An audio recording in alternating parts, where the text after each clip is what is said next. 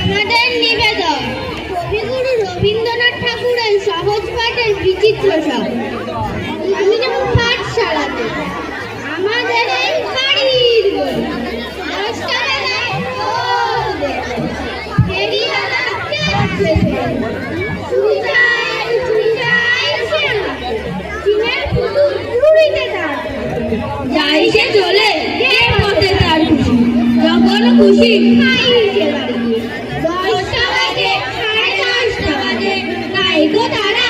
আইবা কাছে ইচ্ছা করে স্যালেড ফেলে অমনি করে বেড়াই নিয়ে ফেরি আমি যখন হাতে মেখে পারি ঘরে ফিরি 3:30